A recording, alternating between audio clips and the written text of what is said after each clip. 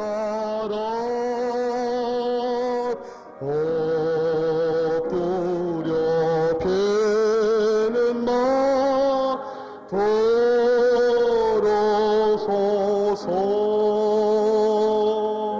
내 진정 소원이 내 구주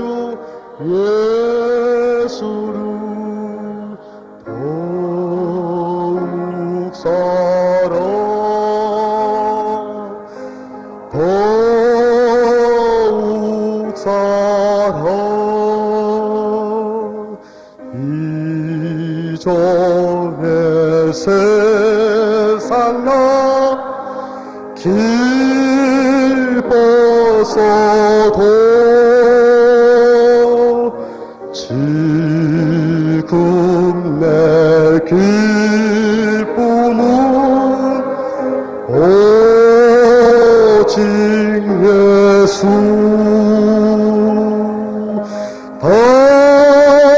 바람에 피는 내 구주 예수를 더욱 사랑 더욱 사랑 이 세상 떠날 때 찬양하고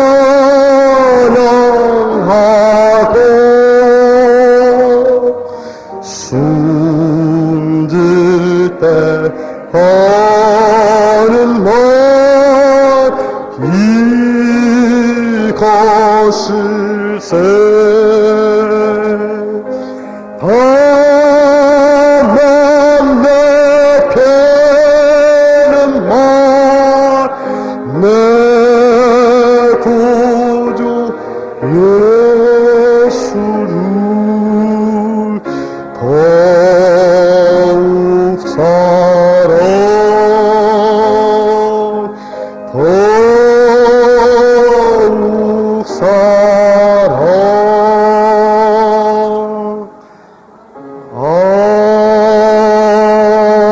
아멘. 아멘. 방금 부르신 511장의 찬양은 엘리자벳 페이슨 프렌티스 여사가 지은 찬양인데, 이 여사는 유니온 신학교의 목사님이시고 또 목회학 교수였던 부인입니다. 근데 결혼을 해가지고 11년 동안을 아주 행복하게 잘 사셨습니다. 어려움도 없었고 두 부부가 힘써가지고 열심히 주의 일을 해가면서 정말로 보람있는 하루하루를 살아가고 있었는데 11년 후인 1856년 그 가정에 불행이 닥치기 시작했습니다. 생각지도 아니하는 비극이 닥쳐지기 시작했는데 사랑스럽게 커가던 자녀들이 전염병을 통해 가지고 다 죽어버리고 말았습니다. 독실한 신앙의 가정에 커다란 충격이 아닐 수가 없었습니다. 너무나 큰 시련이었습니다. 그래서 이 여사는 그때부터 눈에서 눈물이 마르지 않습니다.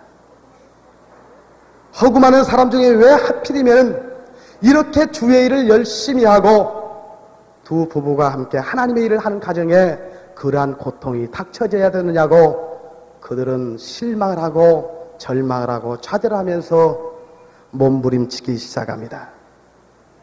가정의 단란함은 깨어져 버렸고 희망은 여지없이 산산이 부서져 버리고 말았다는 이야기인 것입니다.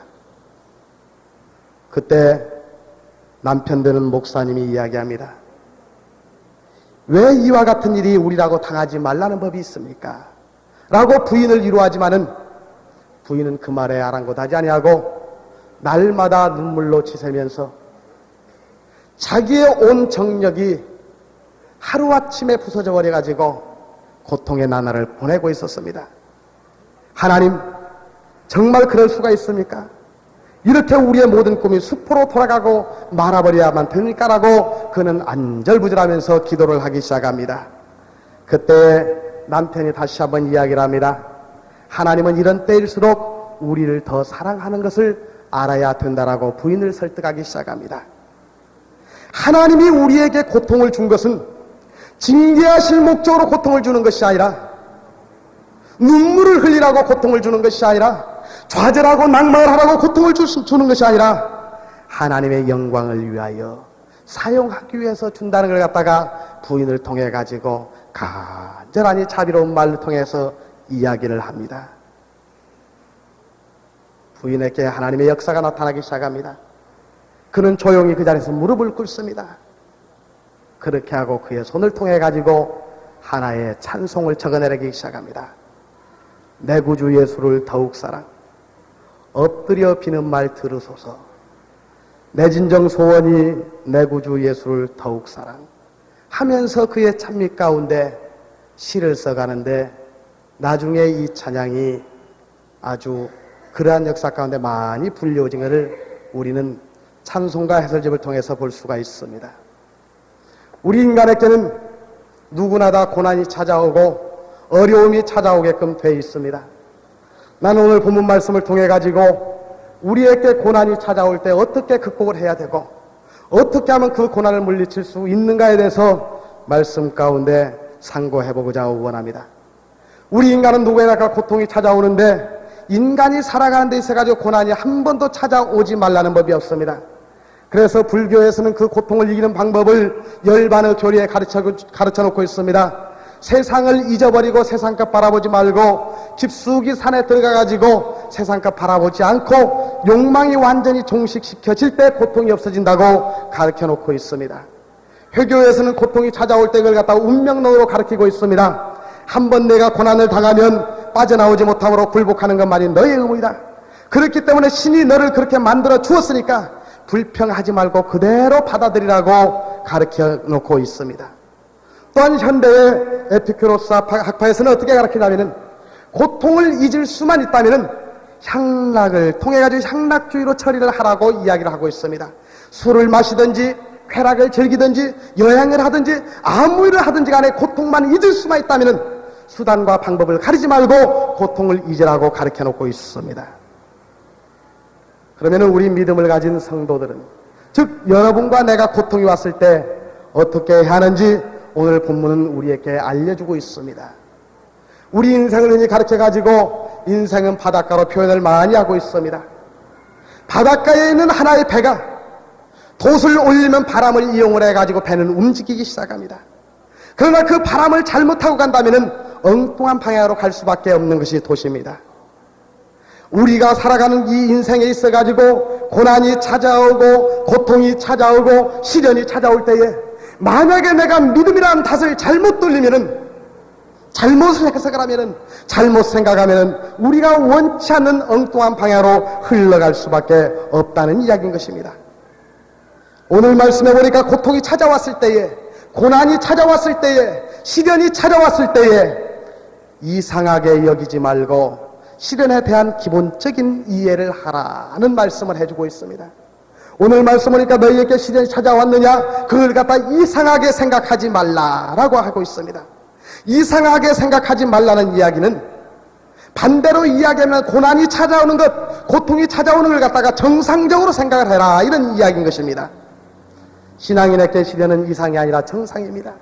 왜냐하면 우리의 신앙의 대상인 예수님께서 고통을 몸소 지셨기 때문에 우리에게 다가오는 고난과 시련은 이상한 것이 아니라, 불평을 해야 될 것이 아니라 지극히 정상적이라는 사실인 것입니다. 우리가 원하는 아름다운 꽃들이 펴있고 그야말로 길이 훤히 뚫려있는 길만이 가라는 법은 없습니다. 한 번도 다른 사람이 걷지 아니하는 낙엽이 우수수 쌓여있는 그 길을 걸어갈 때도 있고, 가시밭길을 때로는 걸어갈 때도 있고, 또한 우리 목적지가 나올 때까지 어려움을 무릅쓰고라도 가야만 하는 것이 우리의 인생길이다라는 이야기인 것입니다. 우리가 가는 길에는 비바람과 풍랑이 언제든지 불어올 수가 있습니다. 지금 잔잔하다고 할지라도 언젠가 어디선가 모르게 그 풍랑이 일 수도 있다는 이야기인 것입니다. 풍랑은 누구나 패턴에 따라 가지고 따라옵니다. 찾아옵니다. 예수 믿는 사람은 그 풍랑이 피해가고, 예수 믿는 사람은 그 고통이 행복으로 변해버리고, 예수 믿는 사람은 고통 자체가 평안으로 변해버린다면 그건 착각 속에 사는 인생입니다. 예수를 잘 믿고 아무리 주의를 열심히 한다고 할지라도 언제 어느 때 모르게 우리에게는 풍랑이 찾아온다는 사실입니다. 마태복음 11장 28절에 30절에 있는 말씀 보면은 수고하고 무거운 짐진 자들아 다 내게로 오라. 내가 너희를 쉬게 하리라. 나는 마음이 온유하고 겸손하니 나의 멍에를 메고 내게 배우라. 그러면 너희 마음이 쉼을 얻으리니 이는 내 멍에는 쉽고 내 짐은 가벼움이니라 라고 했습니다. 수고하고 무거운 짐진 자들아 다 내게로 오라. 고난을 당하고 고통을 당하고 시련을 당하는 모든 나의 자녀들아 내게로 오라. 내게로 오면 내가 너희를 편하게 쉬게 해주겠다는 말씀입니다. 그런데 말씀 가운데 가만히 살펴보면은 나의 멍에를 메고 내게 배우라고 했습니다. 멍에를 메지 말고 그저 홀가분히 털어버리는 상황에서 나를 따르는 것이 아니라 나에게 주어진 내 멍에를 메면은 내 멍에는 쉽고 가볍기 때문에 안전하고도 그 고통과 고난을 이겨가면서 무사하게 목적지까지 갈 수 있다는 이야기인 것입니다. 신앙은 리듬입니다. 여러분의 살아가는 인생도 리듬입니다. 저는 흔히 그런 이야기를 합니다. 바이올린 연주자가 바이올린을 쉽게 연주를 합니다. 그 연주를 할 때는 줄을 조여가지고 줄을 맞춰놔야지만은 연주를 하지 아니하고 쉴 때는 그 줄을 풀어놔야만 그 악기가 온전해질 수가 있습니다. 우리에게 어려움이 찾아오고 슬럼프에 빠지고 고통 가운데 처해지고 염려 가운데 처해질더라도 그것을 갖다가 이상하게 생각하지 말고 지극히 정상적으로 생각하고 그걸 갖다가 합력하여 선을 이루어주시는 주님을 바라보면서 이길 수 있어야만 된다는 이야기인 것입니다. 여기에서 나의 멍에를 지라는 얘기는 고통일 수도 있습니다. 십자가일 수도 있습니다. 그 멍에를 치고 난 다음에 주님께서 걸어가신 고난의 길, 십자가의 길을 묵묵히 따라갈 때 주님을 배우고 주님의 인격을 닮아갈 수 있는 것이 우리들이란 얘기인 것입니다. 때로는 햇빛이 필요할 때도 있지만은 먹구름이 필요할 때도 있습니다. 비가 올 때도 있다는 이야기인 것입니다. 만약에 오지 않는다면 우리 인생에게는 더없이 사막 같은 세상만 계속 든다는 이야기인 것입니다. 두 번째 우리가 생각할 것은 이상하게 생각하지 말고 고난에 참여하라고 했습니다. 고난에 참여한다는 것, 그 고통이 왔을 때 그걸 갖다 이상하게 생각하지 말고 참여한다는 이야기는 내가 그 고난이 왔을 때 인정을 한다는 이야기요, 고난이 왔을 때 긍정적인 수용을 가지고 받아들인다는 이야기인 것입니다. 불평하지 말고 원망하지 말고 그 고난이 왔을 때 나에게 있어가지고 올 것이 드디어 왔구나, 내가 이 풍랑을 무난히 헤쳐나갈 수 있는 힘을 가져야지, 믿음을 가져야지 하고 간다는 이야기인 것입니다. 지금 이 시간에도 마음의 근심과 괴로움을 안고 잠을 못 이루는 분이 얼마든지 있을 수가 있습니다. 사업에 실패해서 말할 수 없는 진통을 겪는 분이 있을 수도 있습니다. 푸른 꿈이 산산이 깨어져 버리고 정말로 허리가 잘리듯이 괴로움을 당하는 사람도 얼마든지 이 자리에 있을 수가 있습니다. 사랑하는 사람을 잃어버리고 고통으로 상처투성이가 된 자도 이 자리에 있을 수가 있습니다. 혹시 나는 이 자리에 있지만은, 이 자리에 내가 앉아있지만은 나에게는 고난이 없다라고 생각하시는 자가 있습니까? 그 사람들이 있다면은 고난을 당하는 사람을 위해서, 고통을 당하는 사람을 위해서 겸손해져 보십시오. 우는 자와 같이 울어보라는 얘기인 것입니다. 욥은 대단한 고통을 당했습니다. 자기의 자녀들, 물질들, 자기의 처, 자기의 몸까지도 온종일 고통을 당하면서, 수많은 고통을 당하면서 그를 위로해 주겠다고 찾아온 그 욥의 친구들은 뭐라고 했습니까? 그와 같이 울기는커녕 뭐라고 했느냐면은 죄 없이 망한 자가 누가 있느냐고 욥을 오히려 위로하는 것이 아니라 고통 가운데 몰아내버리고 말았습니다. 내가 죄를 많이 졌으니까 그런 것 아니냐, 회개하라고 이야기를 하고 말았다는 이야기인 것입니다. 그러나 욥은 거기에서 좌절하지 않습니다. 욥기 23장 10절에 보면은 나의 가는 길은 오직 그가 하시나니 그가 나를 단련하신 후에는 내가 정금같이 나오리라. 할렐루야. 고난이 다가왔고 자기의 친구들이 와가지고 위로한다고 네가 죄가 졌다, 네가 기도를 해라, 네가 시험이 들었다 라고 이야기했지만은 욥은 불평하지 않았습니다. 불만하지 않았습니다. 오히려 그 고통을 담대히 받아들이고 그가 나를 단련하신 후에는 내가 정금 같아질 것이다 라고 이야기했습니다. 고통 가운데 있는 심령들, 어려움 가운데 있는 심령들, 괴로움을 하고 잠을 못 이루는 심령들, 사업에 실패해서 말할 수 없는 진통을 겪으시는 분들, 또한 푸른 꿈의 산산이 깨어져 버려가지고 도저히 헤어날 길이 없다고 생각하시는 분들이 있을지라도 하나님을 바라보고 나에게 올 것이 왔다고 생각하고 무난히 이겨야 될 줄로 믿고 있습니다. 고난당하는 자만큼 괴로운 사람이 없습니다. 그 마음을 알아줄 사람은 한 사람도 없는 것을 우리는 알 수가 있습니다. 욥이 자신이 고난당했을 때 그 마음처럼 괴로운 사람은 없었습니다. 그런데 그에게 찾아와 가지고 오히려 그걸 깔신해 가지고 건드는 그 친구들, 혹시 여러분과 나는 그런 사람이 아니냐는 얘기인 것입니다. 어느 사람이 고통 가운데 있을 때, 그 사람은 그래도 마땅하다, 하나님이 징계하신 거다, 그거 참 잘됐다, 그 가정이 그렇게 될 줄 알았다라고 정죄하시는 분들이 계시다면 잘못 생각하시는 것일 것입니다. 고통이 왔을 때 받아들이고 수용을 하고 겸손하고 함께 울 줄 아는 믿음의 식구들이 되시기를 주님의 이름으로 부탁을 드립니다. 부부 사이에도 마찬가지입니다. 같은 환경, 같은 위치에서 같은 시간에 자란 사람들도 성격의 차이는 있을 수가 있습니다. 그런데 하물며 다른 환경 가운데서 자라나가지고 한 가정을 이룬 사람들이 모든 것이 자기의 성격대로 다 맞을 일은 없습니다. 성격이 틀릴 수도 있습니다. 나의 뜻대로 다 대해주지 않을 수도 있습니다. 내 맘대로 되지 않을 수도 있습니다. 그러면 갈등에 빠지기가 쉽고, 갈등에 빠지면은 하루하루 살아간다는 것이 그와 같은 고통이 있을 수가 없습니다. 부부간의 갈등도 내가 그걸 갖다 수용을 함을 통해 가지고, 받아들임을 통해 가지고 해결할 수가 있는 것이지, 이왕에도 한 가정을 이루어 같이 살려면은 나에게 이렇게 해줘야 되고, 너의 성격이 이렇게 바뀌어져야 되고, 자녀들의 성격이 나를 따라와야 되고, 그렇게 이야기한다면은 어느 누구도 고쳐질 수 없는 것을 우리는 알아야 됩니다. 나에게 주어진 현재 환경을 그대로 받아들이고 이유를 달지 마십시다.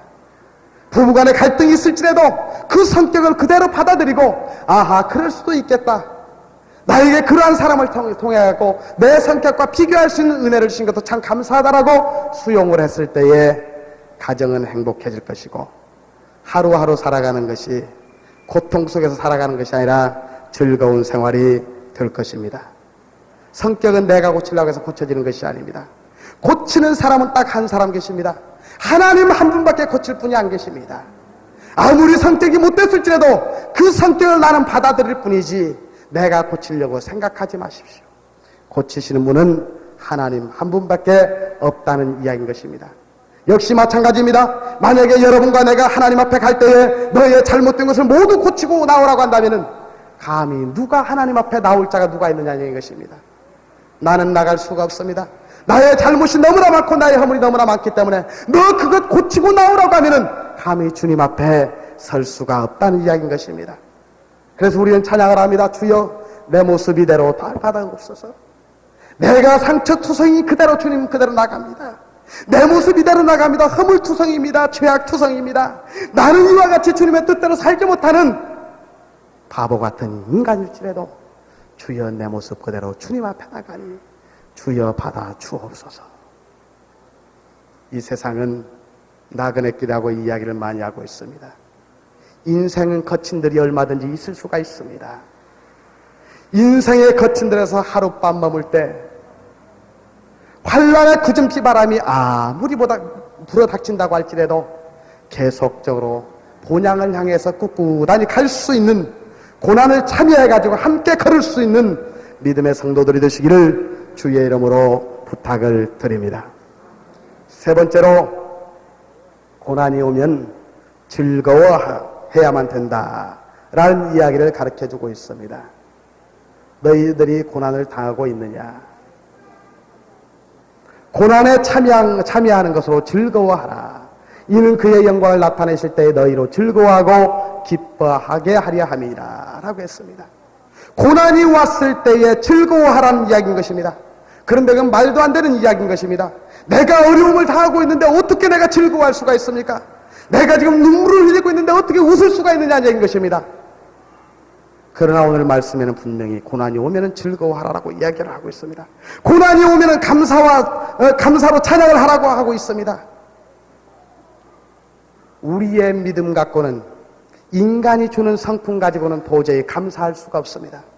그러나 우리가 감사할 길이 있다면은 하나님께서 나에게 함께 하실 때에, 성령님께서 나에게 평안함을 주실 때에 감사하고 즐거워할 수가 있는 것이지, 하나님께서 주시는 마음이 아니라면 아무리 감사하고 싶어도 얼굴에서는 겉웃음을 웃을지라도 속에서는 감사가 나올 리가 없다는 이야기인 것입니다.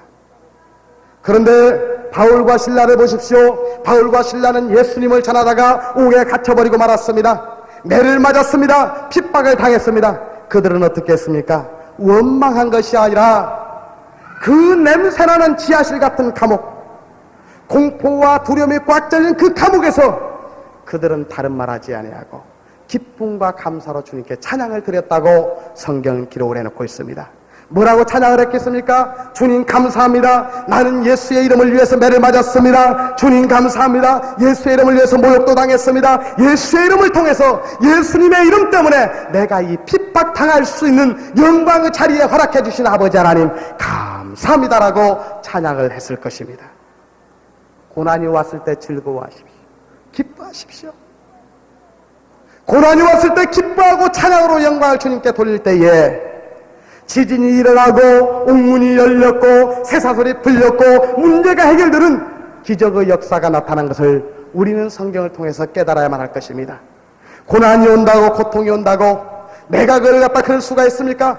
주의 복음을 전하는데 이렇게 어두컴컴한 밤중에 이 지하실 같은 이런 어둠 가운데 나의 발에 착고를 매가지고 이렇게 할 수가 있습니까? 라고 하나님께 기도하지 아니하고, 하나님 감사합니다. 주님 감사합니다. 기뻐서 찬양을 하는 마음이 아니라 외로움 가운데, 그야말로 서글픔 가운데 자기의 고난을 하나님께 드리면서 찬양으로 영광을 돌렸더니 하나님께서 역사하심을 통해 가지고 문제가 해결되더라는 이야기인 것입니다. 하나님은 우리의 일에서 그의 영광을 찬송하고 감사하기를 원하십니다. 어떤 형편에 처하든지 어느 곳에 있든지 그는 우리의 인생길을 가로막는 바위가 앞에 있을지라도 그 바위를 치우지 아니하시고, 높은 절벽이 있다고 할지라도 그 높은 절벽을 낮추지 아니하시고, 자기의 몸이, 자기의 마음이 몹시 아플지라도 그 아픔을 찾아가면서 그 고통을 통해서 하나님을 찬양하기를 원하신다는 사실인 것입니다. 사랑하는 성도 여러분들, 여러분 가운데 고난이 찾아왔습니까? 인생의 밤이 찾아왔습니까? 사업에 어려움이 있습니까? 질병이 있습니까? 자녀들이 속을 썩입니까? 가정이 화목하지 못합니까? 찬양을 하십시오. 밤은 잠깐 지나가고 잠시 후에는 찬란한 태양이 떠오르는 아침을 맞이할 수가 있을 것입니다. 고통 가운데 인생을 알고 고통 가운데 자기 자신을 알 수가 있다는 이야기인 것입니다. 모세는 40년 동안 궁중에서 자랐습니다. 그야말로 남부로 올 것 없는 그러한 상황에서 자랐고 왕자의 대접을 받아가면서 살았습니다. 그는 어느 날 갑자기 살인자가 돼가지고 광야로 쫓겨납니다. 왕자의 신분에서 양을 치는 목동지기로 너무집 밑에서 일을 해야만 하는 머슴살이로 전락했을 때에 모세는 진정으로 자기의 위치를 깨닫기 시작했습니다. 나라는 존재가 왕자로 있을 때는 그럴 줄을 몰랐는데 이 어려움을 당해보니까 이런 것이구나라고 그는 인생의 처절한 걸 깨달을 수 있었다는 이야기인 것입니다.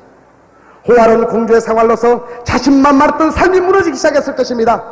자기의 40년의 생활이 정말로 눈물 젖은 빵을 먹어보지 못한 사람은 인생을 논하지 말랬다고, 그는 그 광야 생활 가운데서 수많은 인생을 깨달았을 것이라는 얘기인 것입니다. 고통 가운데 처하는 사람들의 심령도 깨달았을 것이고 자기의 어려움도 정말 자기가 이렇다는 걸 깨달을 수 있었을 것이라는 이야기인 것입니다. 외롭게 사는 동안에, 마음이 고달파가지고 사는 동안에 그는 하나님의 부르심을 받았습니다. 내 나이가 이제 80이야. 내 나이 80될 때 나는 이제 다 됐구나. 나에게는 길이 없겠구나. 나는 이제 도무지 하나님도 잊어버렸고 하나님은 나에게 멀리 갔는가라고 생각했을 때에 하나님께서는 40년 동안 그를 잊지 아니하시고 광야로 내몰았지만은 그를 불러가지고 사용하시는 것을 성경 말씀을 통해서 우리는 알 수가 있습니다. 사랑하는 성도 여러분들, 여러분이 고통 가운데 있을지라도 하나님은 그 고통의 모든 걸 다 치우지 아니하고, 여러분이 그 고통을 통해 가지고, 그 고난을 통해 가지고, 그 시련을 통해 가지고, 그 염려를 통해 가지고 하나님께 영광 돌리기를 이 시간도 기다리고 있다고 생각을 하시기 바랍니다. 그리고 믿음을 가지시기 바랍니다. 하나님께 내가 이 고난과 시련을 통해서 영광을 돌려야 되겠다라고 생각을 하십시오. 그때에 하나님께서는 여러분을 들어 사용하실 것입니다. 네 번째로, 고난이 왔을 때 우리는 어떻게 되느냐? 왜 고난이 왔을 때 우리는 기뻐해야만 되느냐? 왜 즐거워해야 되느냐? 고난이 왔을 때 기뻐하는 목적을 오늘 본문 말씀에서 가르쳐주고 있습니다. 기뻐하고 즐거워할 때가 온다라고 이야기를 해놓고 있습니다. 너희가 그리스도의 이름으로 욕을 받으면 복 있는 자로다. 영광의 영 곧 하나님의 영이 너희 위에 계시니까 영광을 나타내실 때에 너희로 즐거워하고 기뻐하게 하려 함이라 라고 기록을 해놓고 있습니다. 여러분과 나는 현재를 바라보고 세상을 바라보고 살아가는 사람들이 아닙니다. 보이지 아니하는 영원한 곳에 소망을 둔 우리인 줄 믿습니다. 만약에 여기에 앉아 계신 여러분들이 많은 현실적인 것만 바라보고, 만약에 하나님께서 나를 위해서 예배해 두신 그 소망의 곳을 바라보지 못한다면 예수 믿는 것이 그렇게 힘들 수가 없을 것입니다. 그렇게 지겨울 수가 없을 것입니다. 예배 시간에 하나님께 영광 돌리는 것이 짜증날 것입니다. 그러나 우리에게 소망이 있습니다. 우리에게 준비된 것이, 예비된 것이 있다라고 생각할 때에 그것처럼 즐겁고 기쁘고 감사할 수가 없다는 이야기인 것입니다. 그 소망을 가지고 이 자리에 앉아 있을 때에, 이 자리에 앉아 있는 것이 지겨운 자리가 아니요 굉장히 기쁘고 그야말로 즐거운 자리가 될 것이라는 사실인 것입니다. 우리 믿는 사람들은 세상을 바라보지 않습니다. 하나님 나라를 바라보고 삽니다. 보이지 아니한 영원한 곳에 소망을 두고 살아가고 있다는 이야기인 것입니다. 야고보서 1장 12절에 보면은 너희가 여러 가지 시련을 만나거든 온전히 기쁘게 여기라. 골로새서 3장 1절에서 2절 말씀 보면은 그러므로 너희가 그리스도와 함께 다시 살리심을 받았으면 위의 것을 찾으라. 거기는 그리스도께서 하나님 우편에 앉아 계시느니라. 위의 것을 생각하고 땅의 것을 생각하지 말라라고 했습니다. 여러분과 내가 내세의 소망을 두고 하나님 나라를 분명히 믿음을 가지고 믿고 있다면, 믿음이 있다면 고난이 왔을 때에 기뻐해야만 된다는 이야기인 것입니다. 왜냐하면 이 고난을 통해 가지고 기쁨의 면류관, 상급의 면류관이 나를 기다리고 있기 때문입니다. 백조와 두루미의 우화를 저는 굉장히 감명 깊게 받았습니다. 두루미가 고동을 찾기 위해 가지고 논두룩을 다니고 있습니다. 아무리 찾아도 고동이 보이지 않는데 위에를 바라보니까 백조가 유유히 나르고 있습니다. 그때 두루미가 물어봅니다. 야 백조야, 너 어디서 왔니? 나 천국에서 왔어. 그래? 천국은 어떤 곳인데? 해가지고 백조가 천국을 설명해주기 시작합니다. 수정같이 아름다운 바다가 있고 하나님 보좌가 있는데 그 보좌에서는 생명강수가 흘러나오고 또 생명나무 열매가 있는데 그 열매가 아주 멋있게 맺혀 있고 정금으로 집을 짓고 벽옥으로 울타리를 치고 12진주문이 있고 그곳에는 고난도 없단다, 슬픔도 없단다, 질병도 없단다, 전쟁과 증오도 없고 온전히 의와 평강과 희락만이 있는 곳이, 하나님을 찬양하며 사는 곳이 천국이란다 라고 알려줍니다. 두루미가 한참 듣고 있다가 백조한테 물어봅니다. 거기에 고동이 있니? 라고 물어봅니다. 백조가 대답을 합니다. 아니, 거기에는 고동은 없어. 두루미가 얘기합니다. 그래? 고동 없는 세상은 나에게 필요 없어. 그런 천국 너나 가랴 라고 이야기를 하고 계속적으로 고동을 찾기 시작합니다. 우리의 소망이 만약에 하늘나라를 바라보지 아니하고 이 세상 것을 바라보고 살아간다면 아무 의미를 모른다는 얘기인 것입니다. 우리에게는 천국이 기다리고 있습니다. 하나님 나라가 기다리고 있습니다. 그곳에 가기까지 인생의 나그네 길, 풍랑이 만났을지라도 신비한 세계가 있다고 성경은 가르쳐주고 있습니다. 성경의 말씀을 보니까 너희들이 이 세상을, 나그네 길을 무난하니 본향을 향해서 걸어갈 때에 내가 너희가 편히 쉴 곳, 근심도 염려도 걱정도 고통도 시련도 없는 곳, 그곳을 내가 예배해 둘 테니 너희는 그곳으로 와라. 그곳이 있다라고 말씀은 가르쳐주고 있다는 사실입니다. 사랑하는 성도 여러분들, 주님을 모시고 항해하십시오. 고난이 오고 고통이 온다고 할지라도 그 고통과 고난은 능히 이길 수 있는 우리와 동행을 하시는 주님이 계시다는 사실을 믿음을 가지고 승리할 수 있기를 바랍니다. 해바라기가 해 따라가듯이 우리에게 고통이 온다고 할지라도 주님을 따라갈 수가 있어야 된다는 이야기인 것입니다. 이 세상 바라볼 때에, 사람을 바라볼 때에, 세상을 바라볼 때에 만족함을 얻을 길이 없습니다. 그래서 그런 찬양이 있습니다.